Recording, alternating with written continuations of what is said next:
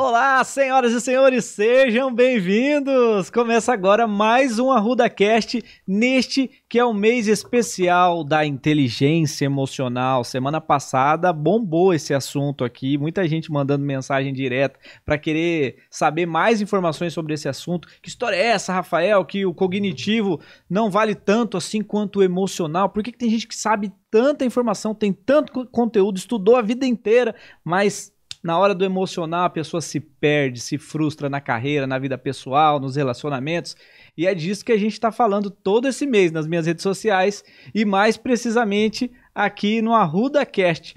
E hoje, senhoras e senhores, eu vou receber uma dupla aqui, uma dupla de dois, que inclusive eles são um casal. Já vou pedir para abrir a câmera aqui, viu, Ed? Já são um casal, são os Ferreiras, o Fernando Ferreira e a Indy Ferreira. Eles que são empreendedores, empresários, eles vão falar o ramo de atividades deles, muito legal o que eles fazem. Eles têm clientes do Brasil inteiro, então pode ser que se você não é daqui, se você não é daqui da nossa cidade, de Londrina, no Paraná, pode ser que você conheça ele aí do universo online. Os dois empreendedores que vão falar para vocês daqui a pouquinho. Mas eles também são casados nas horas vagas e nas horas ocupadas.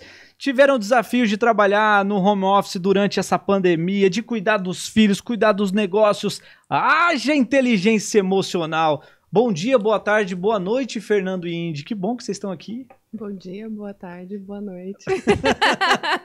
A gente não sabe que horário que o pessoal tá ouvindo agora, né? Tudo bem com vocês? Tudo bem, graças a Deus. Já vou começando aqui, Fer, já vou começando com pergunta aqui. Qual que é a importância da inteligência emocional na vida de vocês? Ou isso é mimimi? Minha nossa, falar de inteligência emocional, né, tudo que toda decisão que a gente toma na vida tá baseada em emoções, né? Então, aquele discurso, eu tomei a decisão pela razão ou pela emoção. Tudo tem um fundo emocional, né? E eu, nesses últimos meses, eu me aprofundei até um pouco mais nisso, né? Com as tuas mentorias, com os teus treinamentos, e pude entender melhor esse lado, né? E quanto isso é importante para a minha vida pessoal, porque eu preciso estar bem no meu relacionamento, para poder entregar mais resultado ao meu cliente. Eu sou um cara, eu não conhecia meu perfil, né? Então passei a conhecer meu perfil profissional, meu perfil pessoal, em conhecer o perfil pessoal da minha esposa, e isso me trouxe aquilo que eu tenho de melhor para oferecer, né? E aquilo que eu preciso abrir mão, dizer, olha, eu preciso melhorar nisso aqui, por quê? Porque eu sou aquele cara de resultado, eu sou o cara dominante.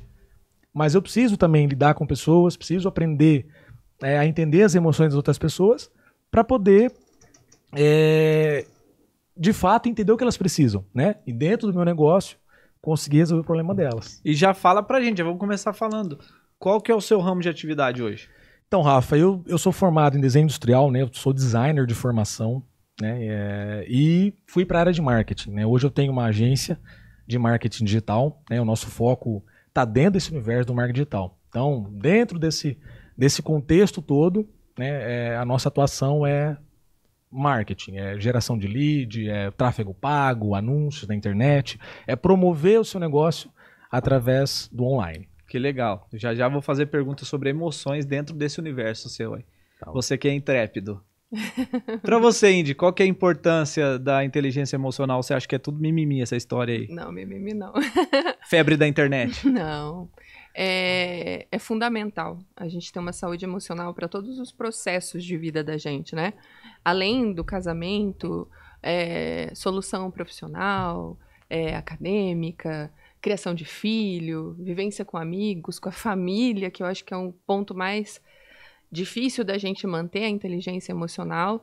E eu acho que ela é fundamental, e eu e o Fer, a gente está há 15 anos junto, acho que vale colocar isso. Então a gente passou do processo de colegas de faculdade, de se formar junto, de trabalhar junto, de ser sócios. E eu sou, além de ser sócia dele, eu sou cliente dele. Então, assim, a inteligência emocional é complexa dos dois lados, né? Além de ser esposa, eu sou cliente, sou sócia dele. E é fundamental por conta da minha área e das coisas que eu acredito, porque se você não tem inteligência emocional para lidar com tudo isso, com todo esse processo, desde, né, do seu profissional e seu crescimento individual, isso vai se refletir lá na sua família, depois que você tiver filho, depois que você estiver aí num processo mais longo aí da sua evolução social, vamos dizer assim. Legal, muito legal. Nossa, vai ter tanto assunto pra gente falar hoje aqui. A Indy desenvolve um trabalho muito legal, ensinando mães, futuras mamães. Mais ou menos. Mas não é mãe que você ensina? Não. Quem que você ensina na ordem do dia? São os profissionais? A gente tem uma escola, né? Além da agência Confer, eu tenho sociedade com a Marília. A gente forma doulas e consultoras em aleitamento materno. Sabe por que eu tô dizendo isso? Porque eu já vi muita mãe interessada em saber. Você acaba, por tabela ali, as mães aprendendo também, né? Sim, sim. E muitas das profissionais que vêm, elas se tornam doulas e consultoras em aleitamento materno depois de sofrer uma violência obstétrica, depois de ter um não parto, né? Porque o parto, assim como o profissional e o casamento, precisa de uma inteligência emocional. Tem até um grande obstetra no Brasil que ele fala que o parto acontece entre orelhas. Então você precisa estar com o teu... Como que é isso aí? O parto acontece primeiro entre orelhas. O que significa? Ele acontece primeiro na cabeça, no emocional. Aqui, ó, o seu parto primeiro acontece aqui. Quando a gente não tem essa inteligência emocional, quando o parto não acontece primeiro ali na sua entre orelhas, trava tudo lá embaixo. E daí você não tem dilatação e todos os outros... as distócias que a gente chama, né? Que a gente chama de distócias emocionais. Uau! Então, olha só, precisamos também cuidar do emocional, principalmente do emocional quando a gente fala desse trabalho que você desenvolve junto com as doulas. Muito legal isso. E também é um desafio para você. Você trabalha nessa área hoje, mas você veio do marketing, não é? Sim, eu sou designer também, conheci o Fer na faculdade. Sou formada em design, pós-graduada em comunicação e vendas e formada em psicanálise, mas eu uso a psicanálise para o marketing. Não sou psicanalista, assim. Muito legal. Fer, eu queria saber o seguinte, hoje dentro do marketing digital principalmente, a gente está chegando aqui agora nas pessoas pelo marketing digital, e aí as pessoas vão fazer, por exemplo, o lançamento de um curso, o lançamento de um produto, vão vender um produto diretamente.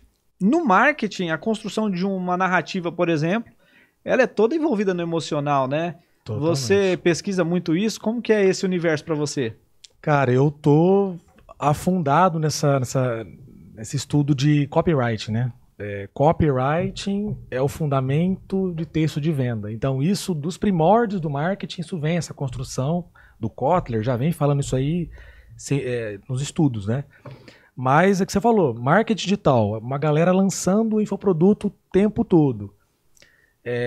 O pessoal está buscando mais o estudo dessa copywriting, que é texto apelativo, texto que pega no emocional do cara, para realizar a venda, né? Porque toda venda é emocional, né? Por mais que nem todo mundo concorde com isso, ela é emocional. A gente cria mecanismos para dizer assim, ó, eu estou defendendo o que eu comprei aqui porque racionalmente é isso, mas não é, né? Então, é o que a gente tem feito também na agência. Então, eu tenho feito cursos, tô numa assinatura do Novo Mercado, que é um cara que fala só de copyright, o Ícaro de Carvalho, legal pro pessoal seguir, @Ícaro de Carvalho, que fala muito de copywriting. Então, esse é o futuro, né? Quem não entende de copywriting dificilmente vai engajar um produto, porque o produto pode ser muito bom, mas ele precisa ter um texto de convencimento, né? Ele precisa ter uma carta de venda. E às vezes não necessariamente tem relação, né? Alguém que entende muito do copywriting, ou seja, da construção desse texto, e tem um produto ruim, ele vende bem, e às vezes o contrário também, como você falou, o cara tem um produto bom, mas ele não sabe contar isso para as pessoas. Contar a história dele. Né? E aí ele acaba não tendo sucesso. Então o segredo tá ali na forma como você comunica? O segredo ter um bom produto é a forma como você comunica, porque você tem uma boa comunicação, um produto ruim, né?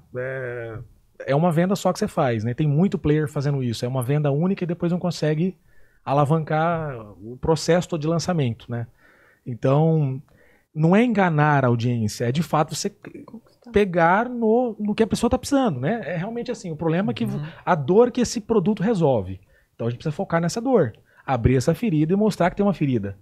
Né? Às vezes o cara não entende que tem uma ferida ali que precisa ser aberto. O marketing, a copywriting mostra isso aí. Como assim enganar? Fala mais sobre isso, porque tem muita gente que eu encontro que tem dificuldade de se autopromover, de promover o seu negócio, de se vender, tanto que é um dos assuntos que a gente fala no COEX, né?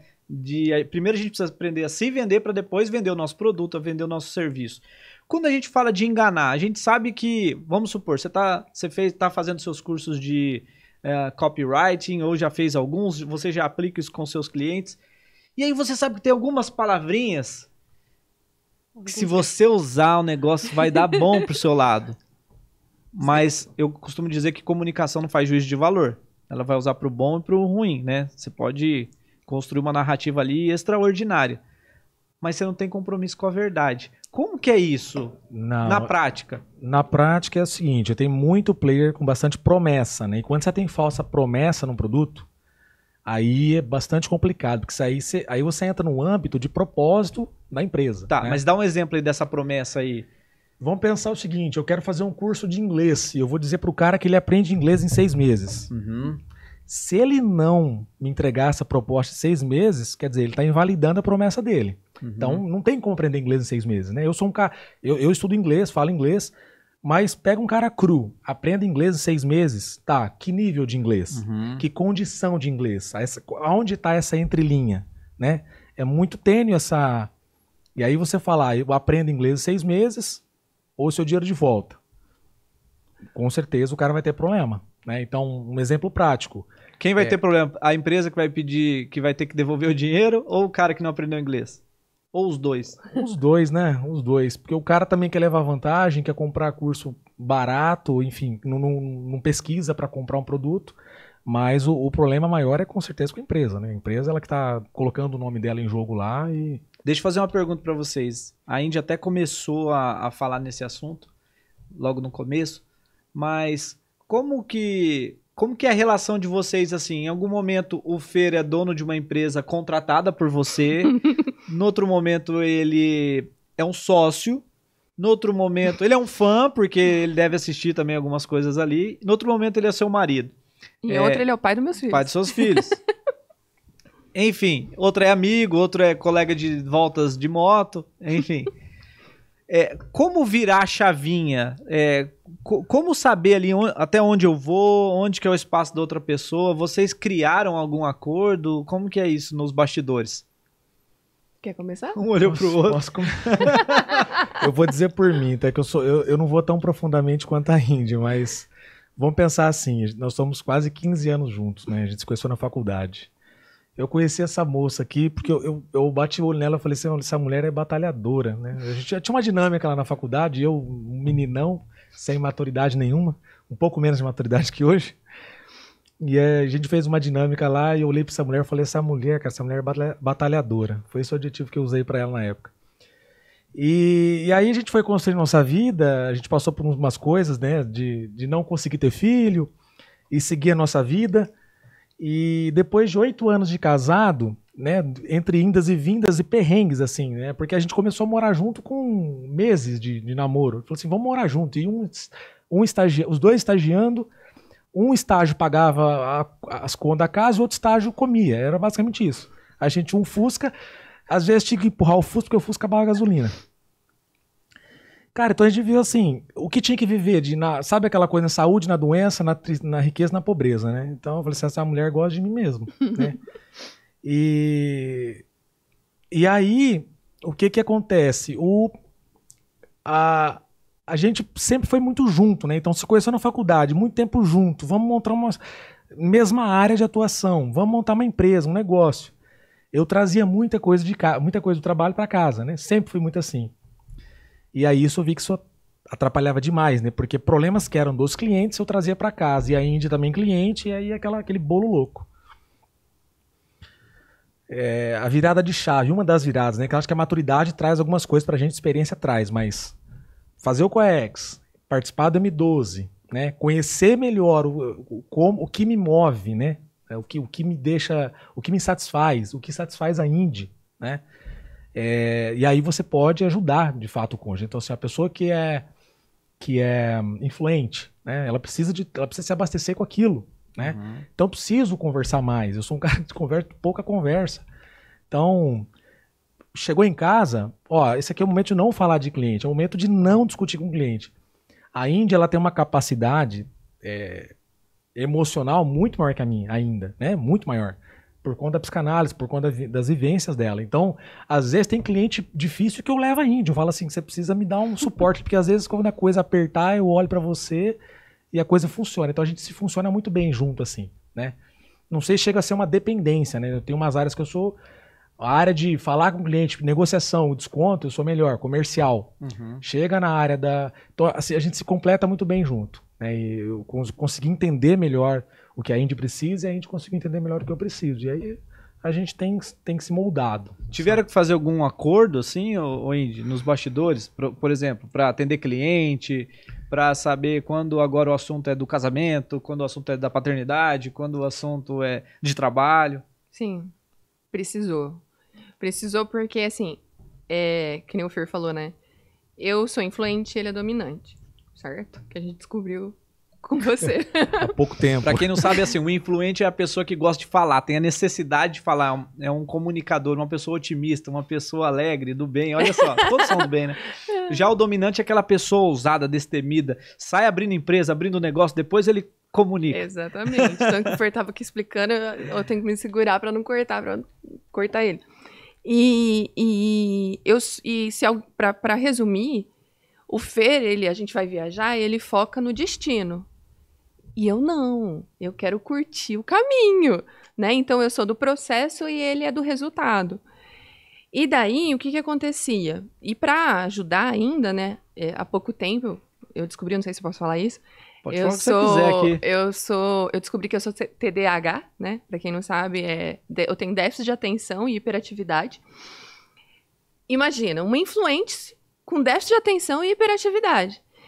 E daí, eu descobri que eu sou TDAH por conta que a gente começou a trabalhar junto. E eu cobrando resultado dessa mulher. Exatamente. Imagina. E daí, eu chegava, pra vocês terem noção de como que é, quando eu não ia pro escritório, o pessoal falava assim, nossa, quando você não vem, a gente escuta até a mosca voando. E quando você vem, você movimenta todo mundo. E eu sou do movimento, né? E eu sempre me dei muito bem, trabalhei em grandes empresas e tal. E daí, porque a gente trabalhou um tempo junto, rolou, mas eu queria mais. E daí eu fui para um lado, ele foi para o outro. E depois a gente se juntou de novo, que é nesse processo. E a gente, nesses 15 anos, a gente teve vários momentos de rever a inteligência emocional, né? Quando teve os filhos, porque a gente já estava num equilíbrio, né? A gente foi ter filho depois de 8 anos. E daí, no trabalho, eu incomodava muito ele. Porque eu queria fazer e ele queria focar. E daí, foi quando a gente teve que partir para os acordos. Por quê? Ele pegava o trabalho e levava para casa. Então, eu ia dormir, um momento que eu queria, sei lá, falar de Pantera Cor-de-Rosa, que foi o que veio na minha cabeça agora. Sei lá, qualquer coisa aleatória. Porque aí eu não sei se o influente também é isso, o TDAH ele tem essa, né, de pirar na maionese, querer saber por que você colocou pedaços de jornal ali atrás, sabe? Eu sou muito assim de questionar uma coisa que ninguém questiona. E o Fer fala assim, cara, eu vejo a cara dele, tipo, por que você tá perdendo tempo com isso? E ele queria resolver coisa do cliente naquele momento. E eu falava, cara, mas quando que a gente vai falar da gente, falar das crianças? Às vezes a gente saía pra escorregar com as crianças e ele tinha uma dificuldade muito grande de desligar daquilo.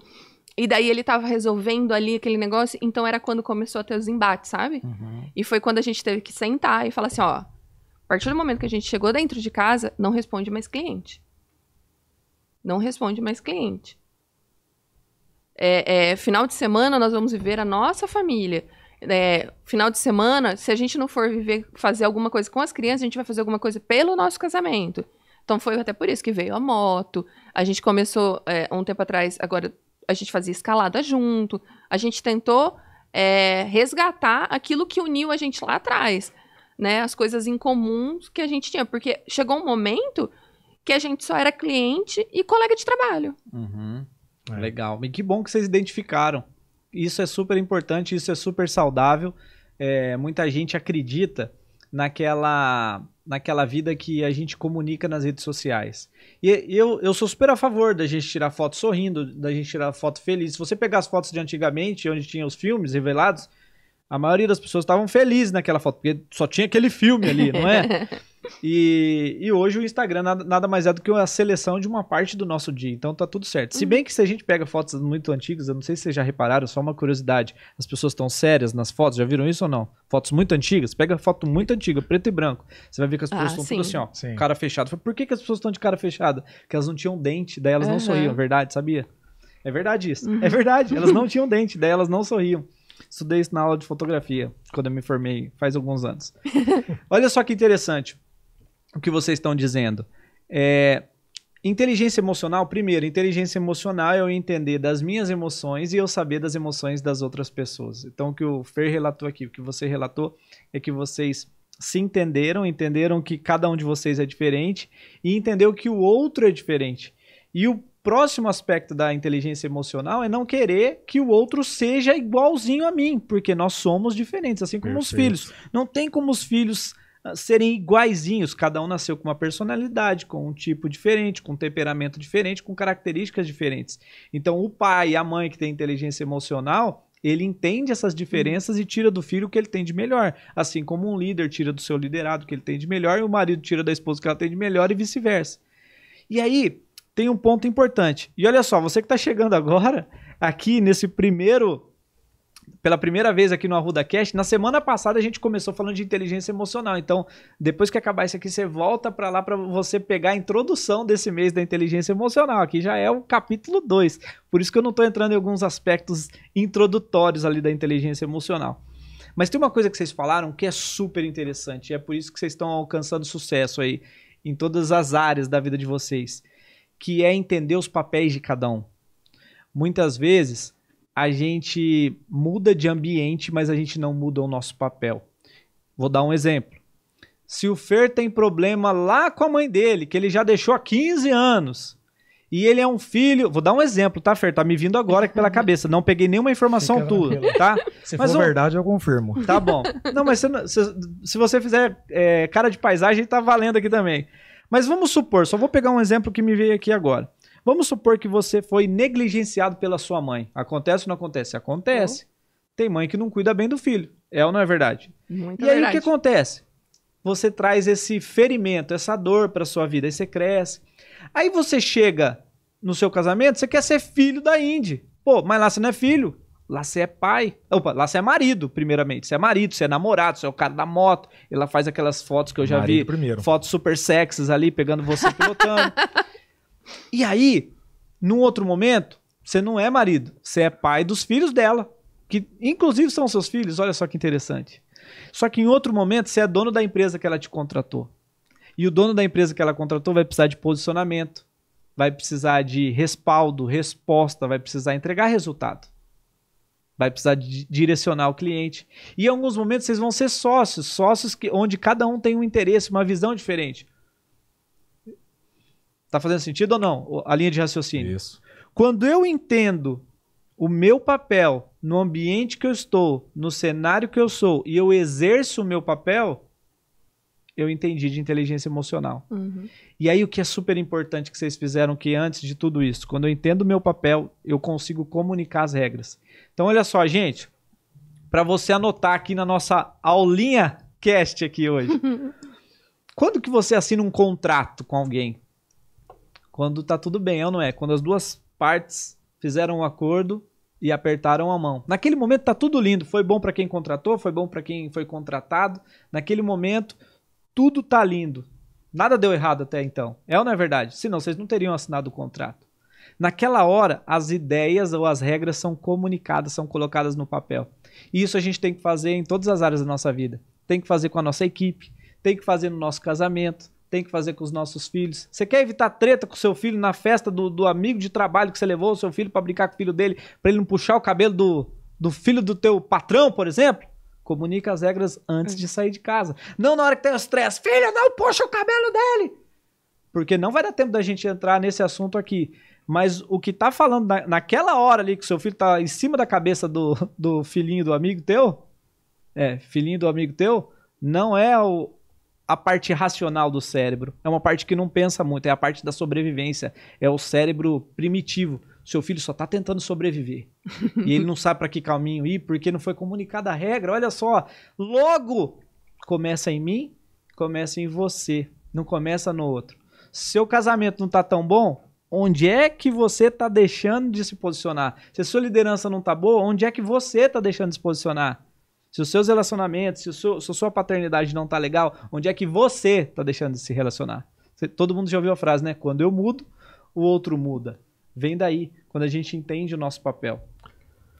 Faz sentido, Fernando? Total. Eu tava pensando aqui o seguinte, você fala muito nos treinamentos, né? Da gente ter meta, ter objetivo, escrevê-los pra gente alcançar os resultados que a gente quer. Acredito eu que a maioria das pessoas, assim, o senso comum é que as pessoas estão acostumadas a colocar metas muito mais pro lado profissional do que pessoal, né? E como você falou, em todos os papéis, cara, no casamento eu tenho uma meta e eu tenho um objetivo para chegar lá. Eu tenho um objetivo e eu tenho um resultado para chegar. Eu tenho um ponto A, ponto B. Em todas as áreas. Só que o cara esquece que para ele cumprir esse papel, e vai ter um abismo ali entre o que ele quer e para alcançar aquilo, que ele tem que ter disciplina. Ah, meu casamento vai ser diferente. Eu não vou brigar com a minha esposa essa semana. A primeira coisa que ela te fala e te atinge, o cara tem que respirar fundo, ter inteligência emocional e pensar, pô, eu preciso não dar o troco, não devolver às vezes essa grosseria com o meu cliente, não usar desse ímpeto ali para poder mudar essa ação. Então, assim, definir o que você quer e ter disciplina para tudo, né? Hoje, o que eu defini para mim esse ano? Esse ano vai ser o ano que eu vou... o que é mais importante? Sou eu primeiro, porque se eu estiver bem, todo mundo vai estar bem. Meus filhos vão estar bem, minha família vai estar bem, meu cliente vai estar bem. Então, eu coloquei hoje no Instagram, a reunião mais importante que eu tenho no dia é a comigo. É a que eu falei assim, eu vou levantar às 5 da manhã e vou correr, cara. Ah, mas tem cliente que marca a reunião às 6 horas. Não vai ter cliente marcando a reunião às 6 horas. Não vai ter cliente falando comigo depois das 6. Porque eu tenho um tempo para cuidar de mim. Eu tenho um tempo para cuidar da minha família, né? E não é fácil. Não é fácil acordar todo dia cedo e querer fazer. Ah, tá tão gostoso a cama, tá tão quentinho. Mas eu preciso entender que para eu alcançar aquilo que eu quero, eu vou ter que pagar o preço. Não é? Evoluir não tem que pagar o preço, evoluir não dói. Então a gente tem que doer. É isso aí. Ai, fico arrepiado, porque tudo esse assunto que a gente discutiu em mentorias, em treinamentos, muito legal, Fer. E fala real, dá vontade de desistir de algumas propostas que você faz pra você mesmo? Olha, umas 2, 3 vezes no dia. Mas aí, como o propósito tá forte, a decisão tá tomada, como você já disse também, eu falei, esse ano vai ser mais diferente ainda em algumas outras áreas, né? Algumas outras áreas já tinha mudado bastante depois das mentorias, mas algumas áreas ainda, principalmente da saúde, porque eu sou um cara assim, eu me abasteço muito com... Eu acho que isso faz sentido, né? Dopamina, pra mim, se eu não treino, eu fico terrível. Então eu preciso estar treinando. Se eu não descarrego aquilo no treino, eu tô ferrado o dia inteiro. Aí já ganha endorfina. As pessoas vão pagar o preço, aí é problema. Isso que o Fernando falou é algo muito interessante. Tem muita gente que acredita que meta é só profissional. Coloca o nome que você quiser, coloca o objetivo, coloca a linha de chegada, conclusão de tarefa. Você vai varrer uma casa, você tem um objetivo final, que é a casa toda varrida ou a casa toda limpa. Viu? Isso é uma meta. As pessoas se assustam com termos usados mais no corporativo, porque no corporativo não dá para brincar, né? Você tem horário para entrar, tem horário para sair, tem uma equipe para coordenar, e nesse ambiente onde existem várias pessoas com culturas diferentes, histórias diferentes, as regras precisam ser muito claras. Uma das formas de se organizar as regras no trabalho, por exemplo, é falando assim, ó, todo mundo vai trabalhar das 8 às 6. É uma forma de organizar as regras, de organizar a casa. Por isso lá precisou se estabelecer essas metas. Ó, nós precisamos fazer isso aqui das 8 às 6, esse é o nosso trabalho, essa é a nossa meta. E por que não fazer a mesma coisa na nossa vida pessoal? E se a gente não tem essa clareza, o Fernando falou, se a gente não se comunica, não marca o encontro com a gente mesmo, que é a pessoa mais importante da nossa agenda, deve ser a gente não vai saber os objetivos que a gente tem para alcançar, não vai saber quanto que a gente pode comer, não vai saber quanto que a gente precisa exercitar, não vai saber o quanto que a gente precisa estudar, não vai saber quanto que a gente precisa fazer de trabalho, de repente um trabalho social, um trabalho voluntário, não vai saber da nossa espiritualidade. Então, olha só, não sei a palavra que você usa, Não sei se você odeia usar essa palavra meta, porque você ouve isso todo dia no seu trabalho, e já que você ouve todo dia no seu trabalho, você tá traumatizado, chega em casa, o que você quer é não ter meta. O que você quer é varrer a casa pela metade, só de birra. Aí você é um adulto mimado, me perdoa, mas é isso que tá acontecendo. Então, se lá eu não tenho controle das coisas, em casa eu tenho, então eu vou desistir no meio. E aí eu sou um adulto mimado. E aí eu sou um adulto mimado na comida. Eu precisava me alimentar melhor. Só que eu avacalho, dia sim e o outro também. Eu me auto-saboto, eu deixo de fazer os exercícios. Mais uma vez, porque eu não descubro a causa. E aí, no meio do processo, eu vou deixando, vou me auto-sabotando. E eu não cruzo a linha de chegada. Então, pra gente pegar essa dica aqui, ó, do Fer, coloca o nome que você quiser. Linha de chegada, meta, objetivo, target, se você é internacional. Vou fazer uma analogia aqui para chegar na linha de chegada. Mas tem que passar, é só para concluir. Mas tem que passar, tem que alcançar, tem que atingir. Você fala da roda da vida, né? A roda tem que estar rodando o mais perfeito possível para a gente conseguir rodar legal. Então, se o carro não está calibrado o pneu, se ele não está balanceado, alinhado, você chega ruim no destino. E não é uma coisa que você adquire inteligência emocional, pronto, tô com o certificado aqui. Não, cara, é uma construção diária. Uhum. Você precisa balancear o carro a cada 5.000 quilômetros, você precisa trocar pneu. Então, são experiências que você vai vivendo, mas que você tem que estar sempre estudando e se aprofundando. Mas sabe o que eu acho? Perfeito. A chance de você colocar a meta no profissional e na empresa, ela te exige muito menos de inteligência emocional do que se você colocar a meta no seu pessoal.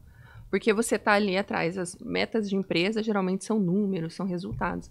E daí você falou, chega em casa, não é aqui o meu lugar.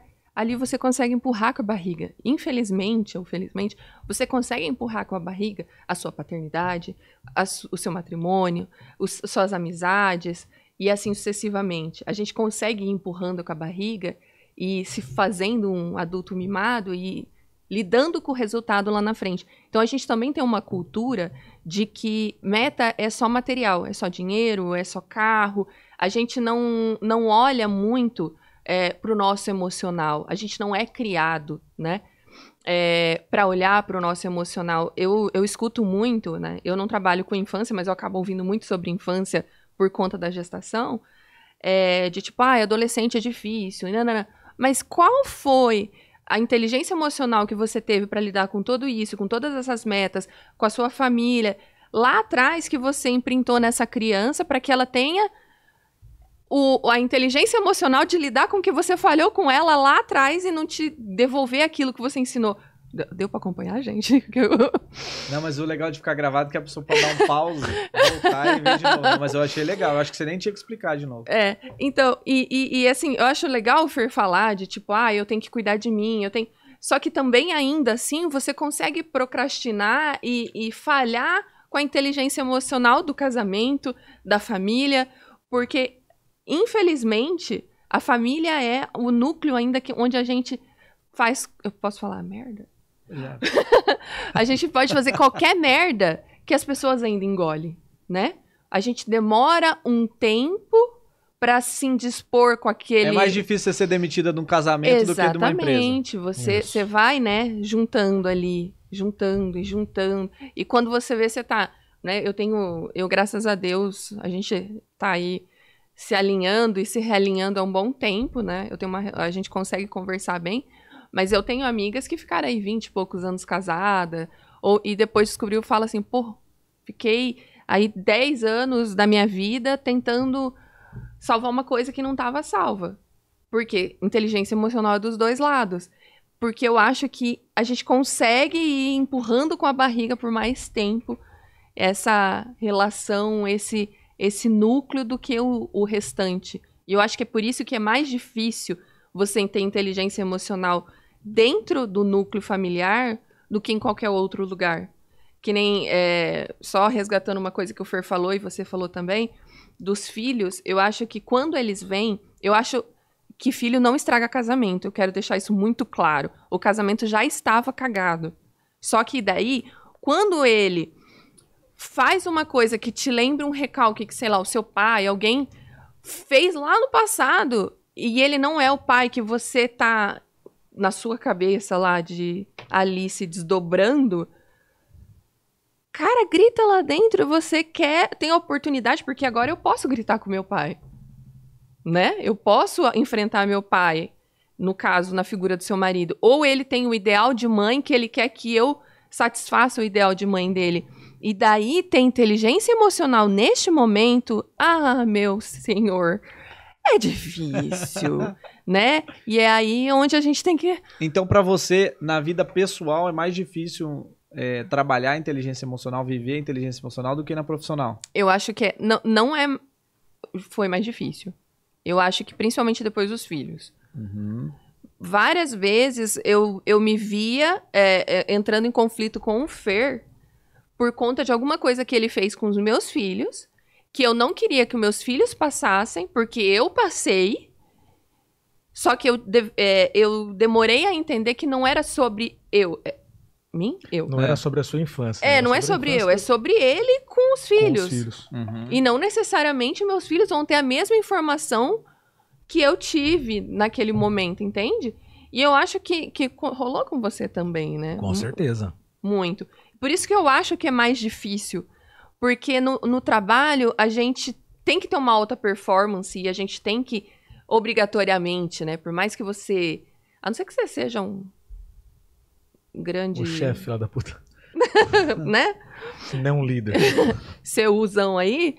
Se você não é, você acaba engolindo algumas coisas, tendo, né, forçando uma inteligência emocional para passar por aquele, transpor aquele momento. Mas na família, não. Você... Qual que foi a parte mais desafiadora, assim, para vocês, Indy? Se conheceram lá na época do Fusca, na faculdade, vivendo do estágio, abrindo o primeiro negócio... Ou fechando, não sei se vocês fecharam algum, tendo os filhos, ou a vida 2. Qual que foi o momento mais desafiador que vocês tiveram que respirar fundo? E vocês estão aqui hoje porque vocês utilizaram o balde, não é nem o pote, o balde da inteligência emocional. Vocês tiveram que usar desse recurso na vida de vocês. Eu vou falar por mim, tá? Por você. No casamento, na família. Na família. Pra mim,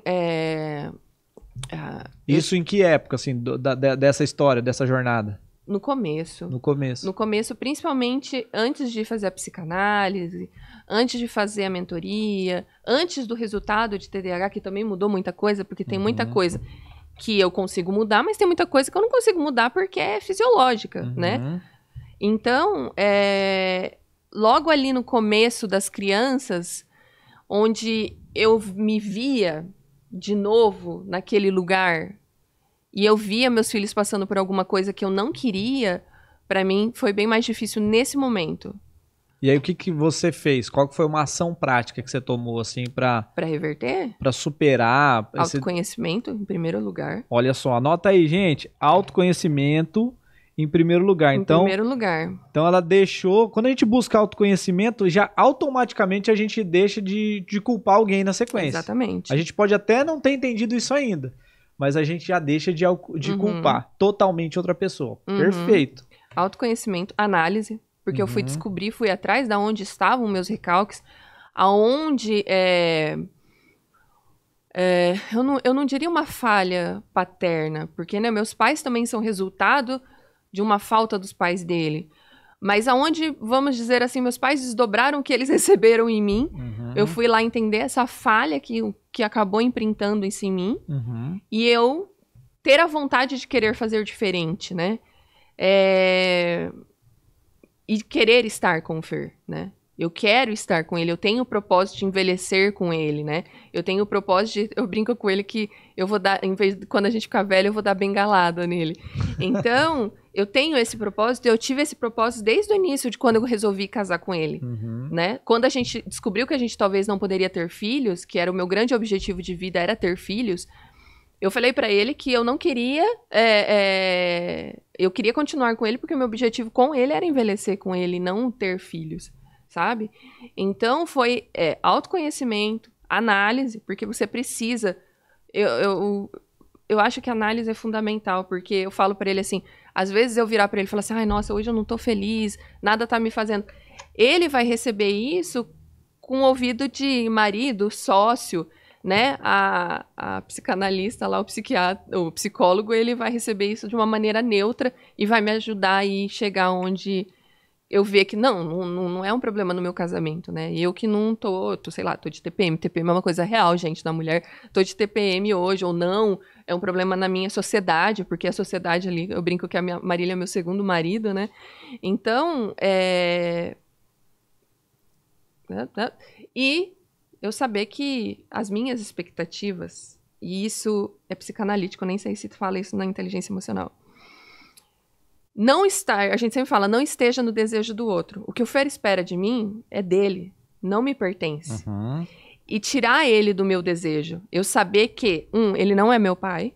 Uhum. 2, ele tem a paternidade dele com os meus filhos e ele tem que resolver. Não sou eu que vou salvar a paternidade dele, porque independente se eu estiver com ele ou não, ele vai ter a paternidade dele e a história dele com meus filhos. A história dos 3 é individual, eu não tenho nada a ver com isso. Certo? E eu tirar ele do meu desejo. Às vezes eu espero que ele tenha uma atitude. Certo? Um exemplo besta. Tirar o lixo.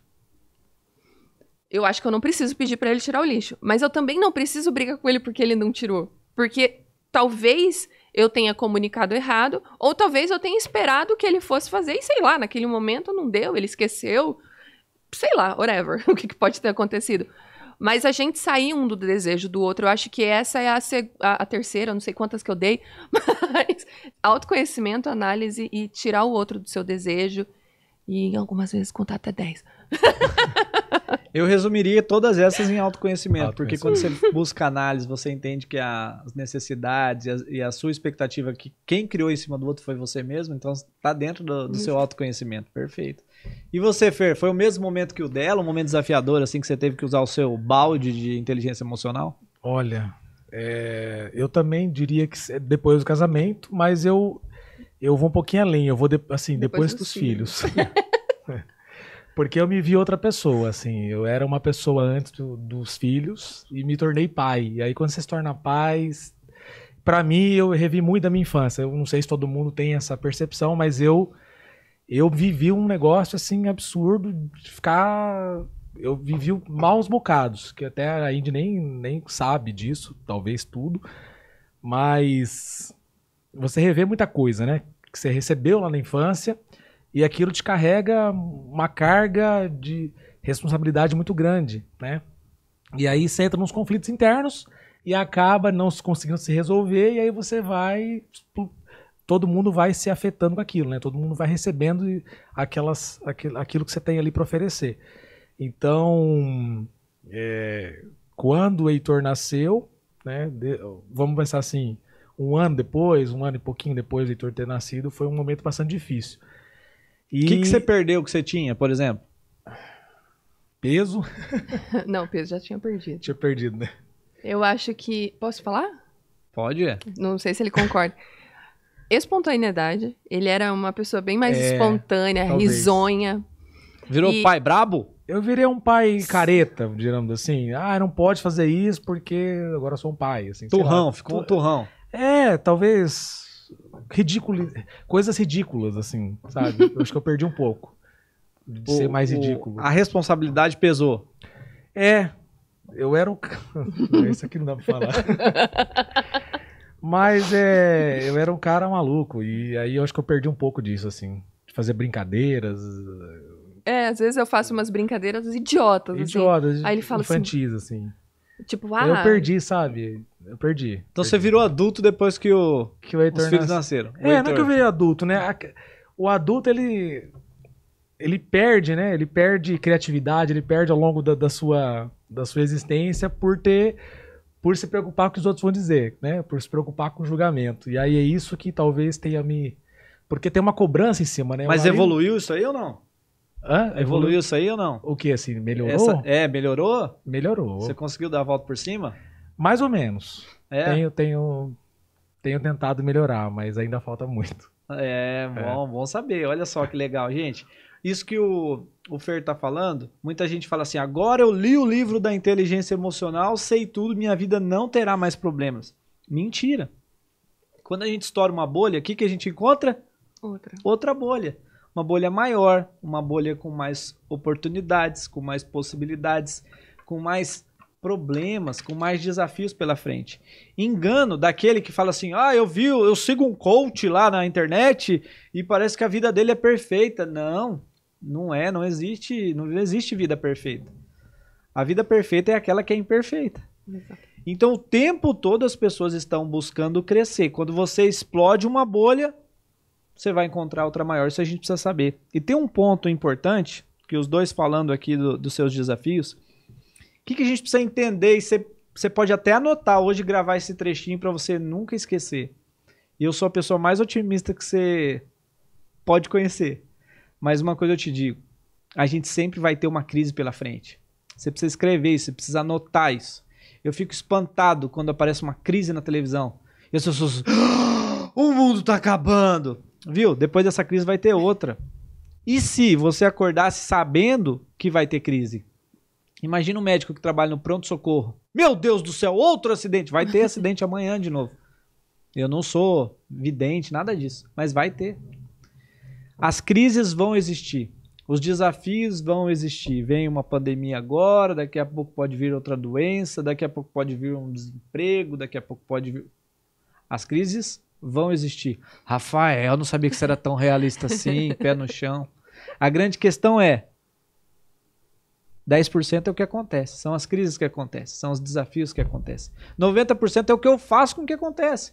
Como é que eu lido com essa crise? Como é que eu lido com o pronto-socorro? Tem gente que surta, como se nunca tivesse acontecido uma crise na vida. Como se nunca tivesse aparecido uma tempestade na vida. Olha só, quero te desafiar hoje aqui, a abrir sua mente e entender que existem crises e que crises virão, mas não é você se trancar delas, você fugir delas, você jogar sujeira para debaixo do tapete, porque aí você não vai estar resolvendo. Como a Indy falou, você não vai se autoconhecer, você não vai conhecer a si mesmo. E eu te pergunto, e se você se preparasse para essas crises?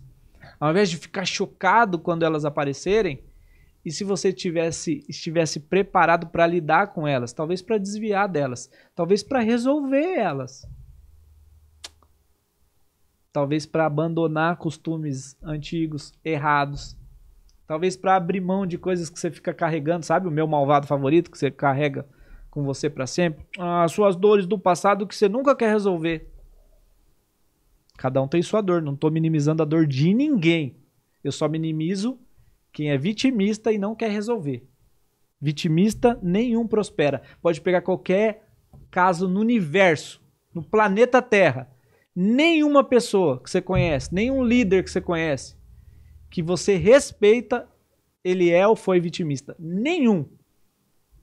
Nenhum. Jesus Cristo carregou a cruz, tudo ensanguentado, momento algum ele foi vitimista. Madre Teresa em nenhum momento foi vitimista. Passei agora lá em Salvador, eu conheci o projeto lá da Dulce, da irmã Dulce. Ela tirava o pessoal da rua, dava comida, dava colo. Bateu de frente. Tem até um filme na Netflix dela, assiste pra você ver. Em momento algum ela foi vitimista. E só trabalhou com vítimas. Mas em momento algum ela foi vitimista. E eu entendo. Se você é vitimista, é porque você tá chamando a atenção. Mas resolve. Você vai ter muito mais conquista se você resolver. De verdade, isso aqui não é um podcast de julgamento. Não é um podcast de apontamento. A gente quer, nós três aqui, queremos ser luz para você, contar as nossas histórias para que elas sirvam de refrigério aí para você. Talvez um caminho que você não tenha procurado. Viu? A partir de hoje, ou da data que você colocar, você precisa começar a cuidar da sua vida. Inteligência emocional é você cuidar da sua vida, não da do outro. É você saber da vida do outro, como o Fer compartilhou, como a Indy compartilhou, sabendo das dores do outro, dos desafios que o outro tem, é saber, entender e procurar ajudar. Viu? A Indy quer falar, eu vou dar momentos para que ela fala. O Fer vai atropelar, então agora é a hora de eu sair de perto, porque senão ele vai me atropelar junto, eu entender as diferenças. E não quer dizer que vai falhar, vai agora eles têm inteligência emocional o tempo todo? Não. Não, porque vocês já acabaram de estourar uma bolha e vai vir outra. Ter a inteligência emocional de que eu fiz uma merda aqui agora, porque eu, sei lá, explanei, eu errei aqui, eu trabalhar isso depois. Exatamente. Senão... É eu entender, Indy, é eu entender que eu tenho emoção de verdade. Eu vou ficar puto uma hora, eu vou ficar bravo uma hora, mas se eu entendo isso, entendo como que é o meu funcionamento, como são as minhas emoções, às vezes a melhor ferramenta que eu vou ter na minha mão, sabendo disso, porque eu tenho o quê? Consciência. Quando eu aprendo, eu tenho a consciência. Muitas vezes o que eu vou fazer? Só sair de cena. Exatamente. Você falou uma coisa, Rafa, que a maioria das pessoas que estão ouvindo isso aqui, a gente tem o costume de ser grato pelas coisas boas só, sabe? Eu também sou assim. A gente tem que ser grato pelas coisas ruins, porque às vezes é livramento pra gente. Se a gente enxergar com essa ótica que aquilo é livramento, que nada vai estragar meu dia, ser grato. Quando você fez aquela dinâmica lá, lista 30 gratidões. Cara, eu tive dificuldade pra listar 30, cara. É mesmo? Depois que eu estourei aquela bolha, eu listei mais de 100. Olha, eu sou grato por tudo. Eu sou grato pelo respirar, por acordar, por ter uma casa, por ter os filhos, por ter família. A gente tem que ser grato por tudo nessa vida. E a gente não tem o costume de ser grato. Cara, eu tô aqui respirando. Tem gente que não consegue. Tem gente que precisa de aparelho. Eu consigo me locomover. Tem gente que não consegue se locomover. Tem gente que não tem oportunidades que a gente tem. A gente tem que parar de vitimismo, né? E ser grato pelaquilo que foi me livrado. Perfeito. Se você perder um contrato, cara, vai vir uma coisa melhor lá na frente. Ou você vai tirar a bunda da cadeira e vai ligar para aquela proposta que você mandou e o cara não respondeu, né? Não é assim que a gente toma decisão, às vezes, na dor. Então, é assim que a gente vai evoluir. Só que eu acho importante falar, porque senão, né? Eu não gosto dessa palavra. Eu não tô falando aqui mas pra assim, julgar. tem a galera do mimimi, né? Eu detesto essa palavra. Mas às vezes a pessoa fala assim, mas daí eu tô, sei lá, sofrendo, eu vou ser grato. Gratidão. Não é nesse sentido, né? Você pode e deve, né? Sofrer aquele momento. Você pode. Eu tenho certeza que Jesus, ele titubeou, né? Pai, por que me abandonaste? Ele deu aquela... Afasta de mim esse cara. Ele deu aquela vitimizada ali, mas foi... Opa, peraí, não é aqui. Vamos refazer. E daí ter gratidão por aquilo que aconteceu.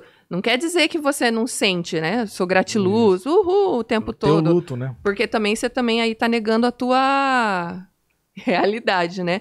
Mas só pra gente deixar claro, que é você viver cada momento e saber tirar o melhor dele, né? É isso aí. Mas eu não acho que foi vitimizada dele. Não... Mostrou a vulnerabilidade. Isso, eu usei a palavra errada. E a gente precisa mostrar vulnerabilidade. Porque em momento algum Jesus foi vítima. Até quando ele não conseguia carregar a cruz e alguém veio ajudar. Alguém veio ajudar não é porque ele foi vítima, porque realmente ele não estava conseguindo.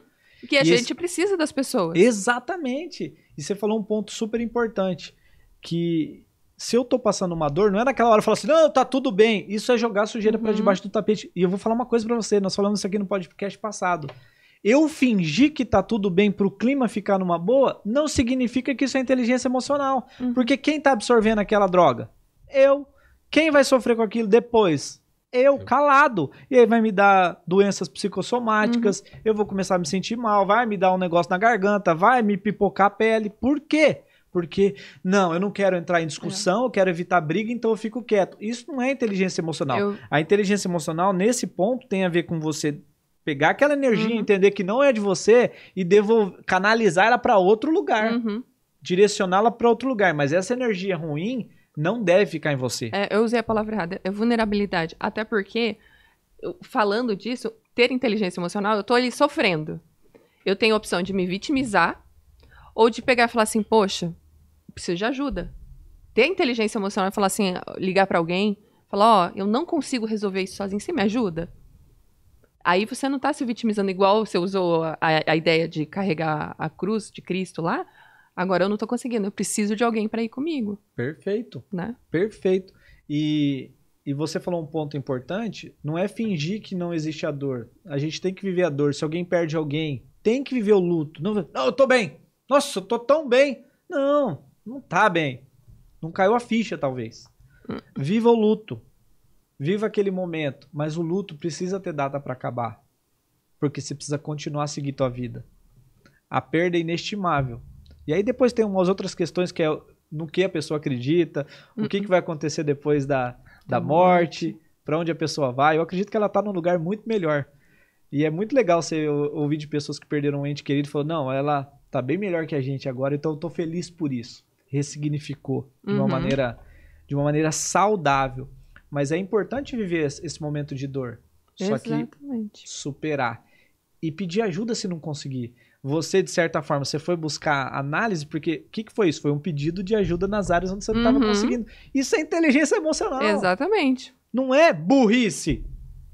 Burrice emocional é quem não vai atrás, não é? Exatamente. A pessoa turrona. Gente, muito bom nosso papo. O tempo passa, né? Não tem como. A gente faz sem cortes, a gente só corta as câmeras, mas é sem corte. E para nossa reta final, a gente está terminando esse mês da inteligência emocional, porque só eu faço perguntas, fica muito chato, né? Então agora a gente devolve aqui, né? É tipo uma mesa redonda retangular aqui agora. E nessa nossa conversa, ficou uma pergunta no ar aí que vocês queiram devolver agora ou não? Agora é a vez de vocês. Manda ver. Eu preciso pensar uma pergunta. Aquela assim, Rafael, você pôs açúcar no café? Tem mais café? Uma boa pergunta. Tanta coisa. Enquanto eles vão pensando aqui a pergunta deles, o que eu quero incentivar você? Aqui no meu canal no YouTube, se você tá no Spotify, depois você corre lá no meu canal no YouTube. Tem muito conteúdo sobre inteligência emocional. A gente começou esse mês agora falando sobre inteligência emocional aqui. Começamos o podcast na semana passada. Esse de hoje, com só histórias reais. Mas se você procurar ali, vai na busca aqui do meu canal no YouTube, você vai conferir outros materiais, outros conteúdos desse assunto de inteligência emocional. E se você está chegando aqui agora também, você vai encontrar muitos conteúdos na área da comunicação. Comunicação e inteligência emocional andam juntinhas, tá certo? Então, você é meu convidado, aproveita para deixar aí um comentário. Essa é a forma que você tem de patrocinar aqui o nosso ArrudaCast. Cada vez, por favor. Então vai. Eu queria saber quando que virou a sua chavinha em relação à inteligência emocional, assim, que momento da sua vida... A pergunta pode ser pessoal? Pode ser qualquer coisa. É a pergunta. Assim, você falou assim, quando que você identificou, né? Ou assim, eu preciso disso, ou quando isso despertou em você para passar para outras pessoas, ou para aprofundar nesse assunto, para estudar sobre isso, para poder ajudar outras pessoas, assim, como é que isso veio para você, essa questão de inteligência emocional? Você passou por alguma coisa e precisou buscar aquilo, como é que foi? Acontece o seguinte, eu sempre fui o Rafael comunicador, né? Então, eu tive formação no teatro, muita gente não sabe, mas eu viajei o Brasil apresentando peças, espetáculos, fazia comercial para TV, então comecei novinho lá em 1997, fiz meu primeiro trabalho na televisão. Qual a idade? Mais de 15. Tá. Não, mas eu era novo mesmo, né? Eu continuo novo. Claro. Mas nessa época eu comecei a fazer... Eu sempre fui uma pessoa comunicativa. E nunca tive dificuldade para me comunicar. Para falar em público, nunca tive dificuldade para me comunicar. Tinha muitas crenças, assim, será que nesse ambiente eu sou aceito? Será que aqui eu posso falar? Tinha muito isso, depois ao longo do tempo fui trabalhando. Mas eu tinha técnica para falar. E eu ensinava pessoas a falarem em frente às câmeras. Depois eu me formei em comunicação social, jornalismo. Fiz pós-graduação em cinema, tinha programa na TV, tenho essa empresa na área da comunicação. Então, sempre eu ensinei pessoas, eu ajudava pessoas a se comunicarem. Eu já tinha minha palestra de comunicação. Eu falava assim, vamos comunicar certo, gente. Tudo se resolve com comunicação. E eu ainda acredito nisso, que a gente se resolve quase que tudo com comunicação, com uma comunicação inteligente. Tanto que o meu primeiro livro, estou terminando agora o segundo livro, o meu primeiro livro fala mais de uma comunicação mais técnica, mais pragmática, mais muda aqui que você vai ter isso. Só que em um determinado momento, lá em 2015, eu fui fazer uma imersão com o T. Harv Eker, até falei isso para o outro pessoal, ele falava sobre finanças, né? Um livro sobre finanças. Falei, vou fazer uma imersão sobre finanças. Uhum. Aí cheguei lá, o cara só falava sobre a mente. Só sobre a mente. Falei, que estranho isso, ele não falou tanto assim de finanças. Eu achei que ele ia ensinar uma tabelinha aqui pra gente, compartilhar uma planilha do Excel e aprender sobre finanças e ia estar tudo certo. A expectativa, né? Mas não, naquele momento ele falou sobre a mente, que a nossa vida financeira estava relacionado à nossa mente, aos nossos aprendizados. E aquilo me chamou atenção. Mas voltei para minha vida normal. Para os meus ensinamentos técnicos, teóricos, oratória. Depois eu sempre estudei nessa área. Depois eu fui fazer um outro treinamento com outros autores. Até que um dia um amigo meu me falou sobre um tal de Paulo Vieira. Falou assim, cara, você tem que assistir a palestra desse cara. Ele tem uma energia. Eu fui lá num evento, tinha 20 palestrantes, mas ele chegou quase que 1h da manhã e deixou todo mundo eufórico. Eu falei, então eu vou atrás desse cara aí. E aí eu fui fazer uma imersão dele. E nessa imersão eu acabei comprando todo o pacote de cursos dele. Naquele ano eu investi mais de 1000 horas do meu tempo estudando. Eu fui intencionalmente para a imersão dele e falei assim, não, lá eu entendi a importância na prática da inteligência emocional. E eu entendi que não existe bom comunicador sem entender de inteligência emocional. Foi aí que eu desenvolvi o meu método de comunicação. Primeiro eu me comunico comigo mesmo, para depois eu me comunicar com as outras pessoas. Por isso que as pessoas até estranharam assim, Rafael, você falou lá que eu odeio oratória num vídeo, porque oratória pela oratória, ela não faz juízo de valor. Todo mundo consegue falar bem em público, mas o que você tem dentro? E a inteligência emocional está diretamente ligada ao nosso diálogo interno. Quando eu entendi isso, eu falei, não tem como eu não estudar esse assunto. E passei sempre a aplicar. Eu sou cobaia de mim mesmo, viu, Fer? Então, tudo aquilo que eu estudo, eu levo para a minha prática. Eu levo para o meu casamento, eu levo para a educação dos meus filhos, eu levo para as minhas amizades, eu trago aqui para a empresa, eu trago para os negócios e aplico. O que não funciona, eu deixo de dizer. E o que funciona e faz sentido, eu já quero na hora compartilhar com as pessoas. Então, a virada de chave mesmo da inteligência emocional, apesar de já ter contato com ela desde 2015, a virada de chave foi em 2018. Você vê, é recente, né? 2022. Vou pensar. Foi em 2018. A virada de chave. Uhum. E aí entrei num processo de imersão. É doido, né? A teoria, aí aplicar, né? A gente... Por isso que tem tanta gente aí que faz curso de inteligência emocional e tem inteligência emocional zero, porque ele só tá lá na teoria, né? Sabe cognitivamente. É igual aqui, você falou o assunto de treinar. Quem aqui que tá ouvindo a gente que não sabe que treinar é importante pra gente ter uma vida mais saudável? 100% das pessoas sabem disso, mas 100% das pessoas vão à academia? Não. Então, o que eu ouvia muitas vezes quando eu estava começando como palestrante, eu já cheguei a dar 11 palestras num dia, assim, rodei o Brasil, apresentei só em 2 estados brasileiros que eu não conheço. No resto eu apresentei em todos os estados para diferentes tipos de brasileiros, diferentes tipos de cultura. Tem muita gente que falava assim para mim quando eu estava começando, falava assim, isso aí que você fala eu já sei. Eu só pensava, sabe, mas por que não alcança resultado? Uhum. Porque é o saber cognitivo. O saber emocional é você viver aquilo, sentir aquilo, trazer para a pele aquilo, pro seu organismo aquilo. Aí muda o jogo. Mas o que eu quero dizer com isso? Que mudanças, elas podem acontecer muito rápido. Elas podem acontecer num estalar de dedo. É lógico que eu vou precisar de disciplina, de rotina, de empenho, para criar uma conexão mais forte lá no meu cérebro. Até isso é comunicação dentro do meu cérebro. Mas a virada de chave, ela acontece rápido. E tem um ponto super importante, que foi o estudo que eu desenvolvi. Se eu não tenho o driver certo, passa batido. Em 2015 eu já não tive esse acesso? Tive, mas eu não tinha o driver instalado. Não capturei. E é um pouco de autoconhecimento também, né? Porque, às vezes, aquilo que eu tenho que executar, eu tenho que me olhar de frente, né? Uhum. E se olhar de frente é doloroso, né? É difícil. Então, fugir, ter que tomar uma nova atitude, uma nova postura, às vezes dói muito mais do que qualquer outra coisa, né? Exatamente. Então, a gente sabe. E era a minha pergunta, né? Porque eu sempre falo... Deixa eu falar sem citar. Às vezes eu chamo, falo, né? Uma palestra de inteligência emocional e tal coisa. Não, isso aí eu já sei, isso aí eu não quero, isso aí é lavagem cerebral, isso aí não sei o quê. E eu tenho muito dentro isso de mim, né? A gente já conviveu uma boa parte aí de 2021, que se serve pra mim, ok, mas se não serve, eu também consigo ouvir e ficar de boa. Um dia vai servir ou não, ou às vezes eu não tô afim agora no momento. E pegando em gancho com o que o Fer falou, às vezes a pessoa fica consumindo, não sei se você tem uma resposta para isso, tá?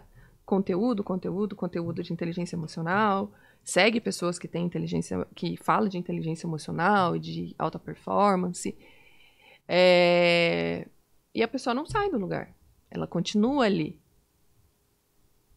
E daí? Se ela às vezes está ouvindo a gente, o que ela precisa fazer ou o que está faltando para que ela consiga ter essa virada de chave que nós tivemos, que você teve lá em 2018? Qual que é o...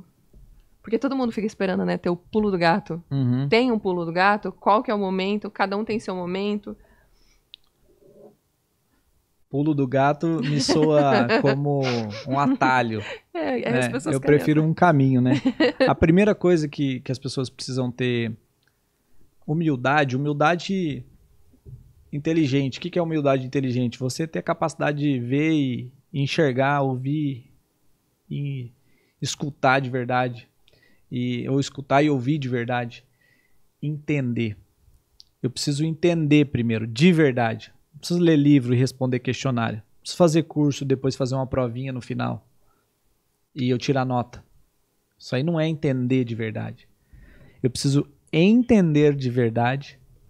Eu preciso, segundo que é super importante, que é até uma das ferramentas de aprendizado, se a gente for estudar formas que o nosso cérebro aprende, que é o aplicar. Quando eu aplico, quando eu coloco em prática, eu tenho a oportunidade de olhar com outros olhos o meu resultado. E aí eu aprendo com isso. Eu vejo o que deu certo, o que não deu certo e começo a medir resultados. Muita gente sabe na teoria, mas nunca aplicou. Nunca foi para a prática. Quantos professores de administração nunca abriram o próprio negócio? Ele não sabe o dia a dia. Pode ter professor de administração vendo a gente. Se ele não abre uma empresa, ele não sabe. Você trabalha com mães que em trabalho de parto. Nós, pais, nunca vamos saber. Um médico, homem, nunca vai saber o que é uma vagina aberta. Não sabe a teoria. Sabe a teoria, ele estudou, ele pode ter visto mais vaginas que qualquer pessoa do planeta, mas ele nunca vai saber. Essa autoridade ele não vai ter. A gente precisa ter a sabedoria de entender que tem coisas na nossa vida que a gente só vai entender e aprender quando a gente aplicar. Aí você vai falar assim, olha que interessante, isso não funcionou para mim. E tá tudo bem, não vai funcionar para todo mundo uma metodologia. Por isso que quando eu começo meus treinamentos, eu falo, olha só, isso aqui é um método, não é o método. Eu não tenho arrogância de dizer que o meu método é o método, é um método. Tanto que o meu método, eu peguei aquilo que fez mais sentido de outros métodos, ressignifiquei, reestruturei, criei uma nova abordagem, um novo estudo em cima daquilo e criei o meu método. Então existe o seu método, existe o método do Fer. Mas eu preciso aplicar. E depois de aplicar, eu preciso de outra coisa. Ver resultado. E o resultado, muita gente fala assim, preciso alcançar resultado. Aí colocar a meta, que nós começamos a nossa conversa falando de meta. Uma meta de um salário, uma meta de um sonho, de uma casa. Meta distante, que é legal ter. Um objetivo distante, um sonho distante. Peraí, mas qual que é a mini meta? Se a sua meta é uma escada, qual que é a meta do degrau? E aí você precisa estabelecer critérios, etapas para construir o degrau, não a escada. E será que as pessoas, elas pensam no processo de chegada dessa meta ou a maioria não? Assim, na sua se essas pessoas estão dizendo, as pessoas que você conhece estão dizendo que é tudo mimimi, não alcançaram resultados, talvez elas não estejam enxergando. Boa parte das pessoas não alcançam o resultado que querem. Primeiro porque elas não têm clareza do que elas querem. Elas estão perdidas, as ideias estão perdidas na cabeça. Por isso que o Fernando até falou, eu insisto bastante de você colocar as ideias no papel, organizar suas ideias. Aí você tem clareza. Quando você tem clareza, você tem consciência. É só a consciência que vai libertar a gente da escravidão. O que é escravidão? A escravidão de pensar sempre do mesmo jeito, a escravidão de viver a vida do mesmo jeito, a escravidão de ser turrão, a escravidão de se submeter a pessoas, a processos, a sistemas. Se eu não tenho consciência, eu vivo uma escravidão. Eu acredito muito em inteligência emocional, que a gente faz a nossa mudança, que a gente consegue reverter as nossas relações, mas é aquela pessoa, aquela mãe negra, pobre, mãe solo, sozinha, que tem que estar ali todo dia trabalhando para ganhar, sei lá, 50 para dar o mínimo para os seus filhos. Como que ela consegue ter ferramentas emocionais para reverter isso? Já que você tocou nesse assunto. O que acontece muitas vezes? Você trouxe o exemplo da mãe que está em situação totalmente adversa. O que ela está buscando? Ela está buscando a base da pirâmide, que é a sobrevivência. O primeiro passo, é essa sobrevivência. E quando a gente está numa situação como essa, em que a gente está dando 110% do que a gente tem, a gente está numa situação adversa, pessoas ferraram com a nossa vida, porque uma mãe dessa ferraram com a vida dela também. Chega um determinado momento que a gente vai precisar... Tem vários caminhos, a gente poderia de verdade começar um outro podcast desse assunto, mas a gente precisa começar a olhar para o lado e ver com quem a gente pode contar. Quais são as pessoas que a gente pode contar. Se eu contar a história da minha mãe para você aqui, você chora um dia. Onde ela teve que ajudar a criar os irmãos, aí os irmãos foram crescendo, os outros irmãos foram ajudando um a cuidar do outro, a criar o outro, a cuidar do outro, abandonar a escola, deixar a escola, trabalhar à noite, sendo criança. E muitas mães, muitos pais passaram por isso. Mas a gente pode olhar à volta. Se eu estou no desespero e eu não sei para onde ir, nesse ponto, eu preciso olhar para o lado e estender a mão, pedindo ajuda. Pedindo ajuda. Ou falar, eu não sei o que fazer, já estou esgotado, usei todos os meus recursos. Mesmo estando esgotado, tá? Isso é inteligência emocional. Isso não é vitimismo. Sim. Eu pergunto porque eu tenho a visão dos dois lados. Daqui, que eu tô com você e tal, e de quem tá ali. E eu vejo muito esse questionamento, né? Mas e se? Mas e se? E a gente sabe que tem gente que tá... A gente é privilegiado de poder pagar uma mentoria, de ter um momento com você, de ter esse desenvolvimento, né? E as pessoas questionam muito quando a gente fala de inteligência emocional por esse lado. Mas e aquela pessoa, assim, como que ela vai fazer? E a gente sabe, né? Como você disse, tem como... pedindo ajuda, mas é complexo. E não é ajuda, né? Não é assistencialismo. Acontece uma coisa que é super interessante, viu, Indy? Pra gente encerrar o nosso papo aqui. Tem uma coisa que é o seguinte, e isso a gente precisa tomar muito cuidado. Quais são as histórias que a gente cria pra gente mesmo? Porque nós vamos acreditar nas histórias que a gente conta pra gente mesmo. Tem gente que nasceu na favela e por isso nunca vai sair de lá. Olha, eu sou da favela, eu sou pobre, eu sou burro, eu não tenho condições, e isso justifica eu não tomar decisão, isso não justifica eu me empenhar, isso justifica eu não fazer o que tem que ser feito. E tem gente que usa exatamente o mesmo argumento. Eu cresci porque eu vim da favela. Eu fiquei com tanta raiva, fui determinado, eu vi que a vida dependia só de mim, perdi meu pai, perdi minha mãe, fui órfão, a vizinha cuidou de mim, e eu tinha uma força tão grande que eu vi meus irmãos crescendo, e aí eu queria honrar minha família, eu queria cuidar dos meus irmãos. Mesmo lugar, situações parecidas, mas cada um contou uma história diferente para si mesmo. Exatamente. Então, o que acontece? A gente precisa ter compaixão? Sim. A gente precisa ajudar pessoas? Sim. A gente precisa estender a mão? Sim. Quando você estiver bem, né? Quando a gente estiver bem, fazer isso. Exatamente. Mas qual é o cuidado que a gente tem que ter? Com o vitimismo. Só isso. Vitimismo, nenhum vitimista prospera. E quando eu falo prospera, eu não estou falando de dinheiro, novamente. Estou falando de realmente encontrar um significado para a vida, buscar a felicidade, realmente ser feliz com aquilo que você tem e aquilo que você é. Só que tem esse ponto, que histórias que eu conto para mim mesmo. Tem gente que às vezes me conheceram na TV. É engraçado que eu encontro, o programa estreou em 2007, às vezes eu encontro, ô tio, um cara barbado, chamando de tio. Falei, meu, que isso, cara? Não, quando eu era criança eu te assistia. Falei, não tô velho não, assim. E as pessoas me viam lá no Red Carpet de Los Angeles, viajando o Brasil inteiro, boa parte do mundo, e acharam que eu nasci num berço de ouro. Não, eu estudei em escola pública, fiquei na fila para conseguir vaga. Minha mãe foi junto, fui estudar inglês, ela pediu bolsa porque não tinha dinheiro para pagar. Só que eu vi colegas do lado da vila que eu morava sendo presos, eu vi gente sendo morta, eu vi isso, viu? Da mesma escolinha que eu estudava. Então, de verdade... É que as pessoas só olham o resultado da gente, né? Eu já ouvi essa também. A pessoa perguntou, como é que vocês conseguem ter carro, ter moto, ter não sei o quê? Falei, cara, se você soubesse... Minha mãe foi faxineira, porteira, a gente andou muito de Fusca, né, amor? Empurrou muito nem tinha Fusca. Gasolina pra É que as pessoas só olham o resultado, só olham o Instagram, né? É verdade.